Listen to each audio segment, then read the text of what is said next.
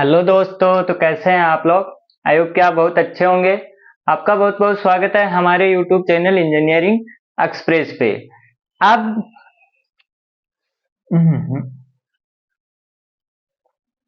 Hello दोस्तों, तो कैसे हैं आप लोग। आई होप कि आप बहुत अच्छे होंगे। आपका बहुत बहुत स्वागत है हमारे यूट्यूब चैनल इंजीनियरिंग एक्सप्रेस पे। आज की वीडियो में हम डिस्कस करने वाले हैं properties of pure substance. Pure substance क्या होते हैं, उनकी प्रॉपर्टीज क्या होती है, और थोड़ा हम क्या देखेंगे, थोड़ा नहीं बहुत कुछ देखेंगे वाटर के बारे में, वाटर वेपर, लिक्विड और गैस के बारे में, यानी सॉलिड लिक्विड गैस के बारे में देखेंगे। और हम वाटर पे ज्यादा चर्चा करेंगे, यानी कि स्टीम पे और वाटर पे, वाटर लिक्विड फॉर्म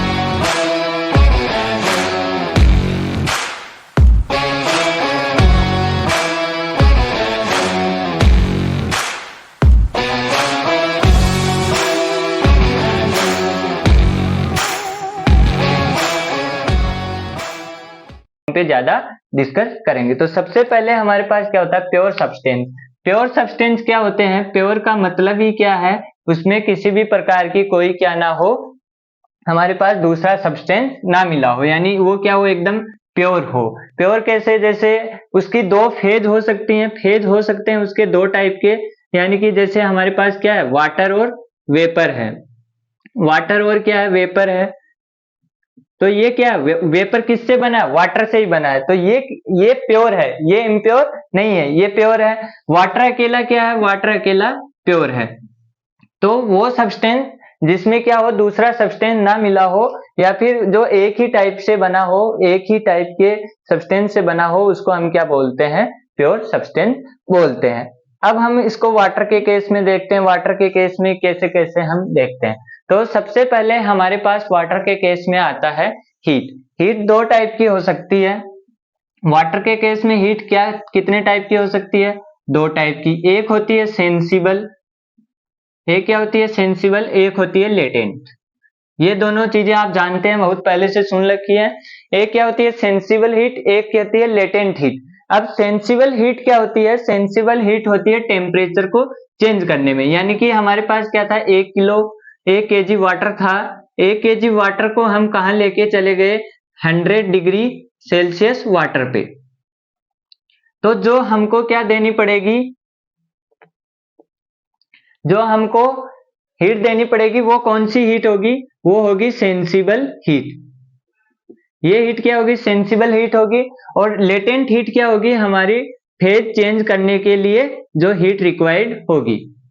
जब भी क्या करता है, फेज चेंज करता है, तो हमको कौन सी हीट की जरूरत पड़ती है, लेटेंट हीट की। उसको हम क्या बोलते हैं, लेटेंट हीट। जैसे हमारे पास क्या होता है, बर्फ से क्या बनती है, वाटर बनता है, तो भी हमको लिक्विड, हमको क्या इंट्रोड्यूस करानी पड़ती है, लेटेंट हीट। वाटर से हमारे पास वेपर बनता है, तो भी हमको लेटेंट हीट देनी पड़ती है। तो ये हमारे पास फेज चेंज करने के लिए क्या जरूरत होती है, लेटेंट हीट। यानी कि फेज चेंज करने के लिए जो जिस टाइम जो हीट ली जाती है, उसको हम बोलते हैं लेटेंट हीट। अब यहाँ पे आप देखेंगे, आप क्या देखते हैं, आप देखते हैं यहाँ पे, ये हमारा कोई पॉइंट था, ये क्या था, हमारा कोई पॉइंट था लिक्विड का।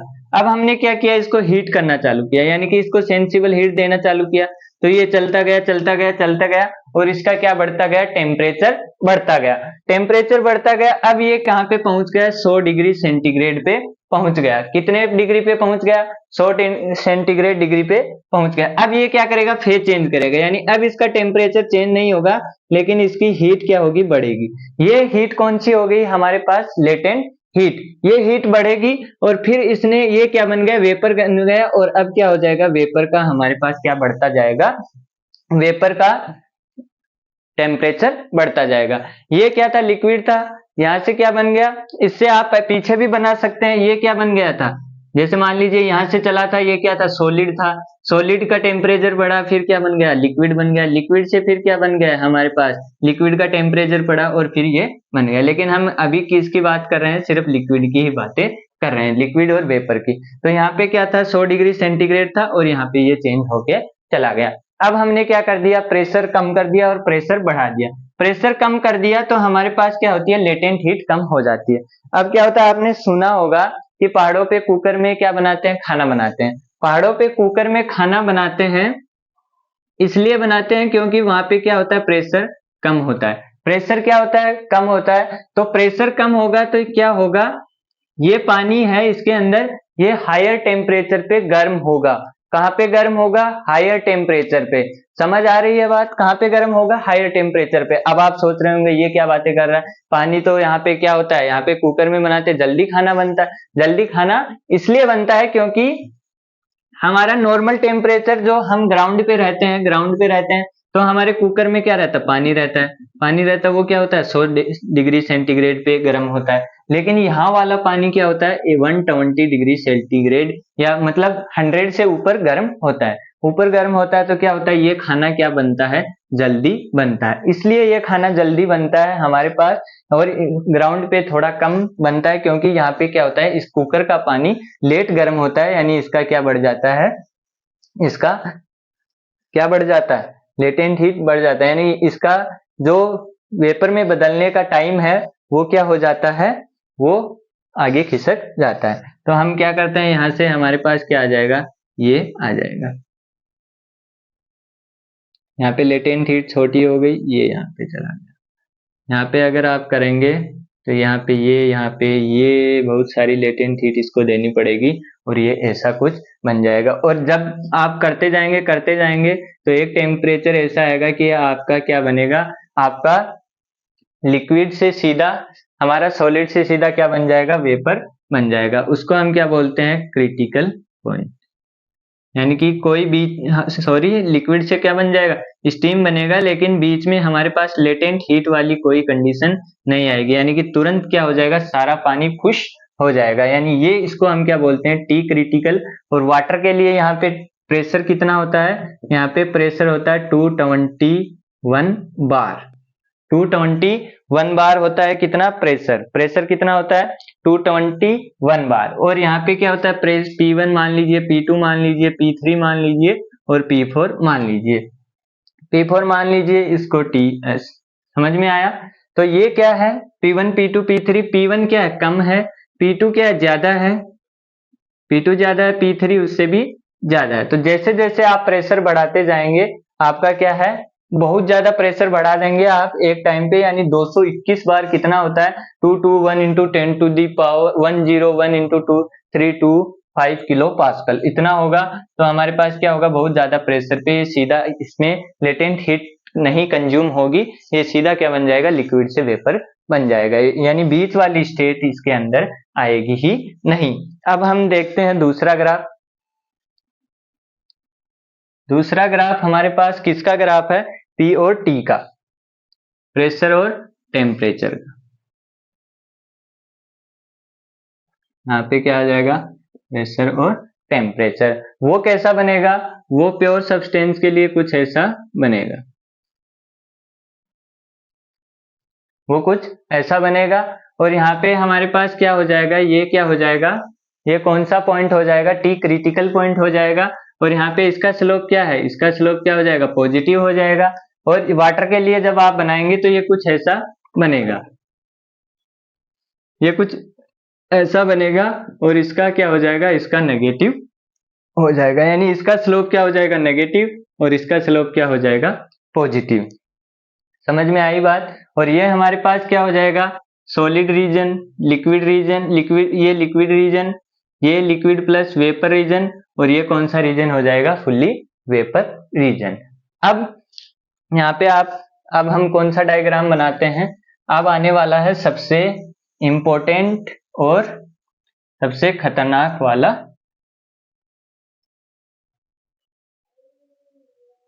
अब अगला इंपॉर्टेंट ग्राफ है अपने पास। ग्राफ क्या है? ये क्या है? T है और ये S है, यानी कि कुछ ग्राफ, ये हमारा क्या मान लेते? S है, हाँ। तो ये हमारा क्या मान लेते? कुछ ऐसा हमारा ग्राफ बन रहा था, और ये हमारे पास क्या थी? ऐसा थे। इस लाइन में हमारा प्रेशर क्या रहेगा? पूरी लाइन में प्रेशर सेम प्रेशर रहेगा, यानी प्रेशर कांस्टेंट रहेगा। और ये क्या रहेगा? T saturation. इस लाइन को हम क्या बोलते हैं? SLL, यानी कि सैचुरेटेड लिक्विड लाइन। और ये क्या होती है? Saturated vapour line, saturated vapour line. अब इसको हम क्या बोलते हैं? यहाँ पे हमारा वॉल्यूम होता है VF, और ये क्या होती है? VG। VG यानी यहाँ पे क्या हो चुकी है, वेपर बन चुकी है, और यहाँ पे क्या है, लिक्विड है। इस वाले रीजन में क्या रहता है, लिक्विड प्लस वेपर, यहाँ पे रहता है लिक्विड और यहाँ पे रहता है वेपर। इस रीजन में जो भी रहता है उसको हम क्या बोलते हैं, वेट वेपर। यहाँ पे जो रहता है उसको हम क्या बोलते हैं, सुपर हीटेड स्टीम या स्टीम बोलते हैं। और ये क्या होता है, सुपर कोल्ड रीजन, यानी यहाँ पे लिक्विड रहेगा, यहाँ पे लिक्विड प्लस वेपर और यहाँ पे वेपर। अब एक चीज नाम आती है हमारे पास, ड्राइनेस फ्रिक्शन। ड्राइनेस फ्रिक्शन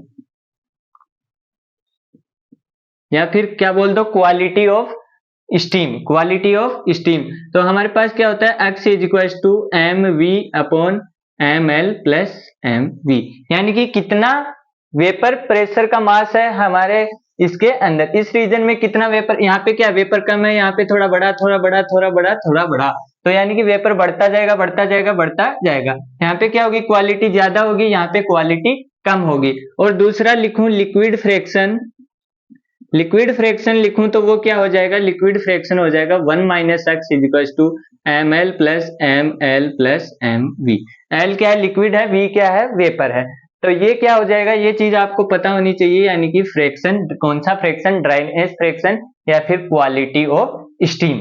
अब जब भी हमको क्या करना रहता है, वी निकालना रहता है, तो वी हम कैसे निकालते हैं, वी कैसे निकालते हैं, V F plus fraction into V G minus V F. इसको क्या करते हैं, ये क्या है हमारा Vg माइनस वी एफ, इसको किससे मल्टीप्लाई करते हैं, ड्राइनेस फ्रैक्शन, यानी कि ये वॉल्यूम प्लस मान लो यहाँ पे आया, तो इसको क्या किया, इससे फ्रैक्शन से मल्टीप्लाई किया, तो हमारे पास यही वॉल्यूम बच गया। अगर यहाँ पे हुआ तो हमारे पास ये वॉल्यूम आ गया। तो V F plus X V G minus V F. कई बार क्या लिखा रहता है, कई बार लिखा रहता है वीजी एफ, क्वेश्चन में वीजीएफ दिया रहता है, तो उसका मतलब यही होता है वीजी माइनस वीएफ, तो आपको उससे कंफ्यूज नहीं होना है। अगर यहाँ पे हमारे पास हीट का डायग्राम हो, यानी एंथैल्पी और टेम्परेचर का होता, तो क्या होता, एंथैल्पी को किससे लिखते हैं, एच से, एच और एंथैल्पी का होता, तो ये क्या होता है एच एफ और ये क्या होता है एच जी। तो हम क्या लिखते हैं, H is equal to H F plus X H G minus H F. तो ये चीज आपको पता होनी चाहिए, क्योंकि ये चीजें काम में आएंगी जब आप क्वेश्चन करोगे। क्योंकि क्वेश्चन में क्या दिया रहेगा, super state steam, saturated water या फिर सैचुरेटेड स्टीम और सैचुरेटेड वेपर, और यहाँ पे क्या दिया रहेगा, लिक्विड दिया रहेगा। तो ये आपको चीज काम आएगी। ड्राइनेस फ्रैक्शन क्वेश्चन में रहेगा, ये स्टीम टेबल से देखेंगे, ये स्टीम टेबल से देखेंगे। स्टीम टेबल कैसे देखते हैं वो भी मैं अभी आपको बताऊंगा, तो आपको टेंशन नहीं लेनी है, अभी क्वेश्चन करेंगे उसमें मैं क्या बताऊंगा आपको कि स्टीम टेबल से वीजी वीएफ ये वैल्यू कहां से और कैसे लेनी है। तो ये क्या हो जाएगा, वी की वैल्यू निकाल सकते हैं, एच एच एंथैल्पी। जब हम क्या कर रहे होते हैं, क्वेश्चन में दिया रहेगा फ्लो हो रहा है हमारे पास स्टीम का, सुपर स्टेट स्टीम का, सैचुरेटेड स्टीम का, तो हमको क्या करना पड़ेगा, क्या लेना पड़ेगा, स्टीम टेबल की हेल्प लेनी पड़ेगी। और जो इक्वेशन मैंने लिखी थी उस टाइम, वहां पे जैसे टरबाइन है, टरबाइन क्या होता है, ओपन सिस्टम होता है, ओपन सिस्टम होता है, तो हम क्या लिखते हैं, और टरबाइन के अंदर क्या यूज होती है, स्टीम यूज होती है, तो वो इक्वेशन वही लगेगी जो पिछले वीडियो में बताई है, इक्वेशन वही लगेगी। सिर्फ उस टाइम हमको H कहां से लाना पड़ेगा, H ऐसे लाना पड़ेगा, या फिर डायरेक्ट स्टीम टेबल से H2 H1 की वैल्यू देखनी पड़ेगी। आई बात समझ में, इतना कुछ हो गया। अब हम क्या करते हैं, इस पे एक क्वेश्चन करते हैं, इस पे क्या करते हैं, क्वेश्चन करते हैं। क्वेश्चन है हमारे पास, क्वेश्चन है, क्वेश्चन क्या बोल रहा है, क्वेश्चन मैं बोल रहा हूं, आपको लिखा हुआ दिख जाएगा, क्वेश्चन मैं बोलूंगा और आपको स्क्रीन पे दिख जाएगा, तो आप नोट कर लीजिए उस क्वेश्चन को पहले, ताकि आपको समझ में आ जाए, क्योंकि वो क्वेश्चन कुछ सेकंड के लिए स्क्रीन पे रहेगा, तो आप उसको अपनी कॉपी में लिख लीजिए, ताकि मैं जिस टाइम आपको समझाऊं तो आपको समझ में आ जाए।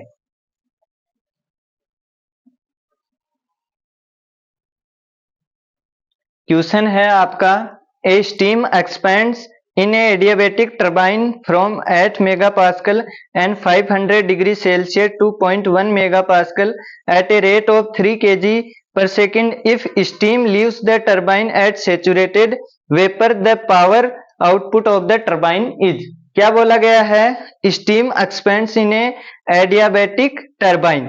स्टीम क्या हो रही है, एक्सपेंड हो रही है, स्टीम क्या हो रही है, एक्सपेंड हो रही है। सबसे पहले क्या दिया गया है, स्टीम दिया गया, कितने पे है ये है 8 मेगा पास्कल पे, और 500 डिग्री सेल्सियस। अब आप सोचो टी सैचुरेटेड कितने पे होता है, 100 डिग्री सेल्सियस पे। ये कहाँ पे पहुंच चुका है, 500 डिग्री सेल्सियस पे। यानी कौन सी स्टीम है, super heated steam, super heated steam है। अब फिर क्या बोल रहा है, जब मास फ्लो रेट कितना है, मास फ्लो रेट है 3 kg पर सेकेंड। आई बात समझ में। अब क्या बोला है, steam leaves turbine at saturated vapour. अब क्या कर रहा है, सेचुरेटेड वेपर की तरह उसको छोड़ रहा है। किसकी तरह छोड़ रहा है, सेचुरेटेड वेपर। आई बात समझ में। Saturated vapour the power output पूछिए, पावर आउटपुट पूछिए। तो पावर कैसे निकालेंगे, पावर कैसे निकालेंगे, सोचो जरा। अब हमको क्या निकालना पड़ेगा पावर के लिए, मैंने क्या बताई थी पिछले वीडियो में, मैंने इक्वेशन बताई थी कि m dot h1 plus Q is equal to m dot h2 plus w। ये बताई थी, ये बताई थी कि नहीं बताई थी, बताई थी।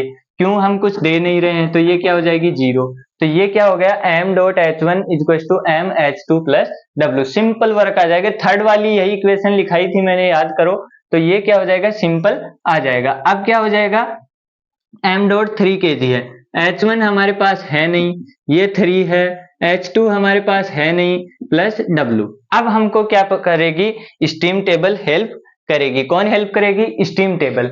तो सबसे पहले आप क्या जाइए, एट मेगा पास्कल पे, एट मेगा पास्कल पे आप जाइए। किसके लिए, किसके लिए जाएंगे आप एट मेगा पास्कल पे, आप जाएंगे super heated water. Super heated water बोलो या सुपर हीटेड स्टीम बोलो, मैं आपको दिखा देता हूं, यहाँ पे दिख रही होगी शायद, एक सेकेंड।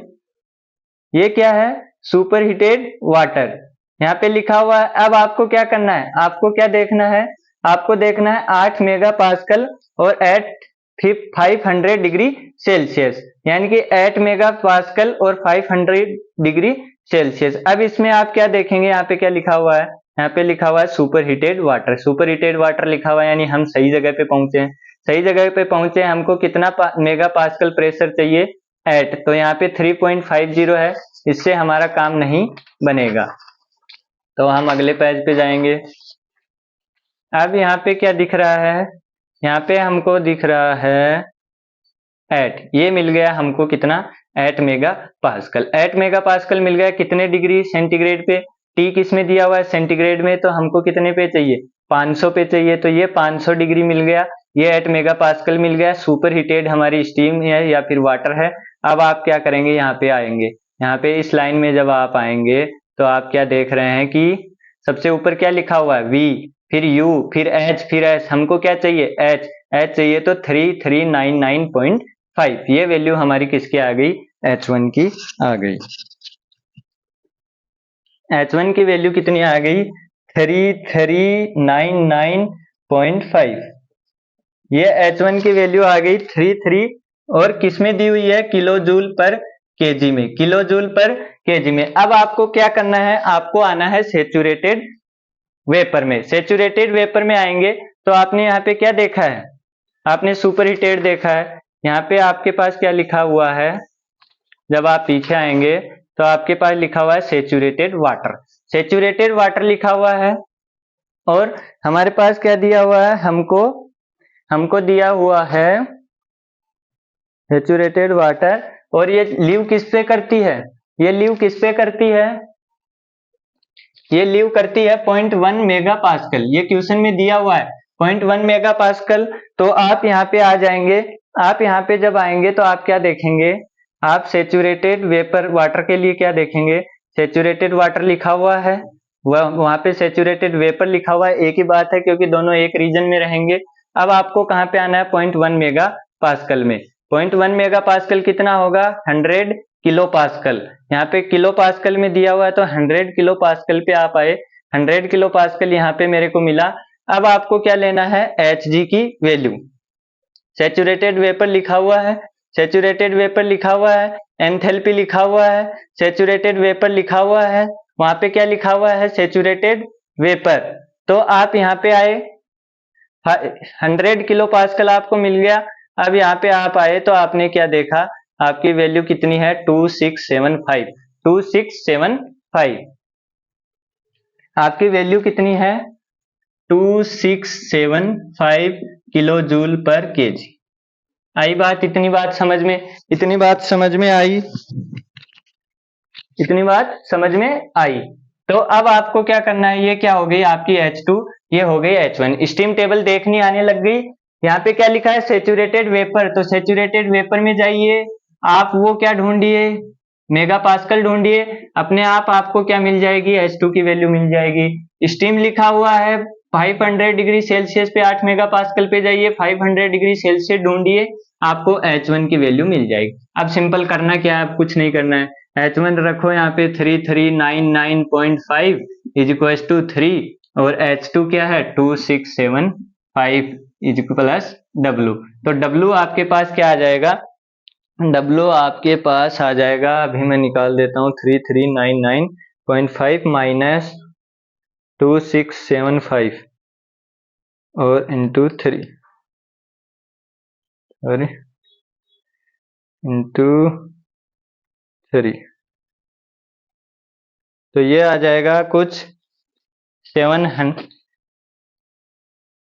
ये कितना आ जाएगा, ये आ जाएगा आपके पास 2174, इतना ही आएगा, इतना ही आएगा क्या, 3399.5 माइनस 2675, कितना बचा 724 इंटू 3, तो ये कितना आया 2173.5, 2175 या 74 लिख दो किलो वोट। ये किस में आ गया अपना वर्क, क्योंकि उस टाइम हम क्या ले रहे हैं, किलो जूल पर केजी, किलो जूल पर केजी, किलो जूल पर सेकंड, क्या आ जाएगा किलो जूल पर सेकंड, और वो क्या होता है किलो वाट। तो ये हमारे पास W आ गया। अब आपको शायद स्टीम टेबल देखनी आने लग गई होगी और इसका यूज भी आने लग गया होगा। अब हम एक चीज और देखते हैं, वो दो चीजें क्या देखेंगे, थ्रोटलिंग और क्या देखेंगे, बोलो, पहले क्या देखेंगे थ्रोटलिंग, फिर क्या देखेंगे joules Thompson coefficient,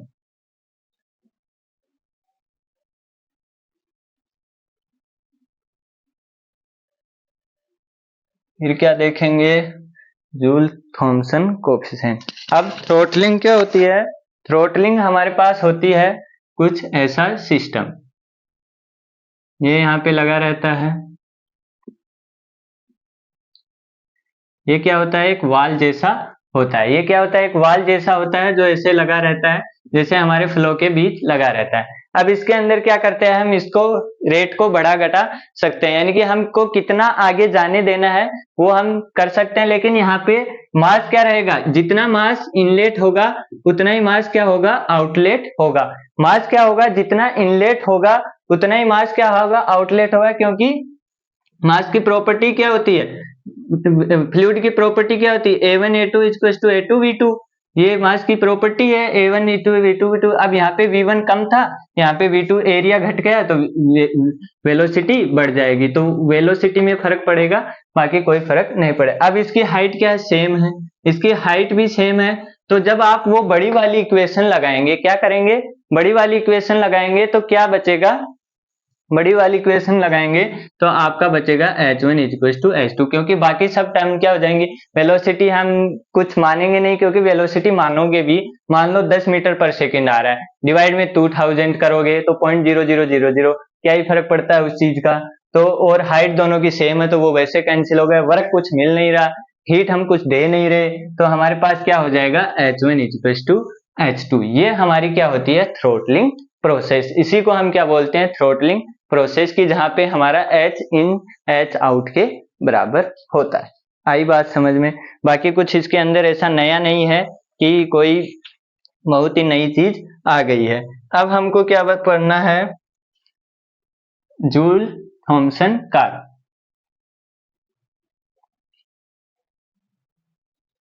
joule Thomson curve.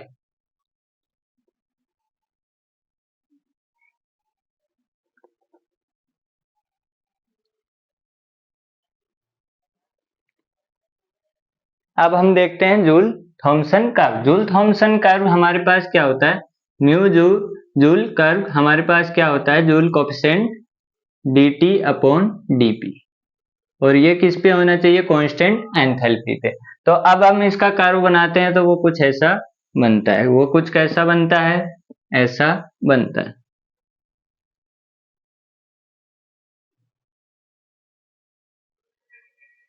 वो कर्व कैसे बनते हैं, ऐसे बनते हैं। और ये लाइन हमारे पास कौन सी लाइन होती है, ये लाइन हमारे पास क्या होती है, कूलिंग रीजन होता है ये वाला।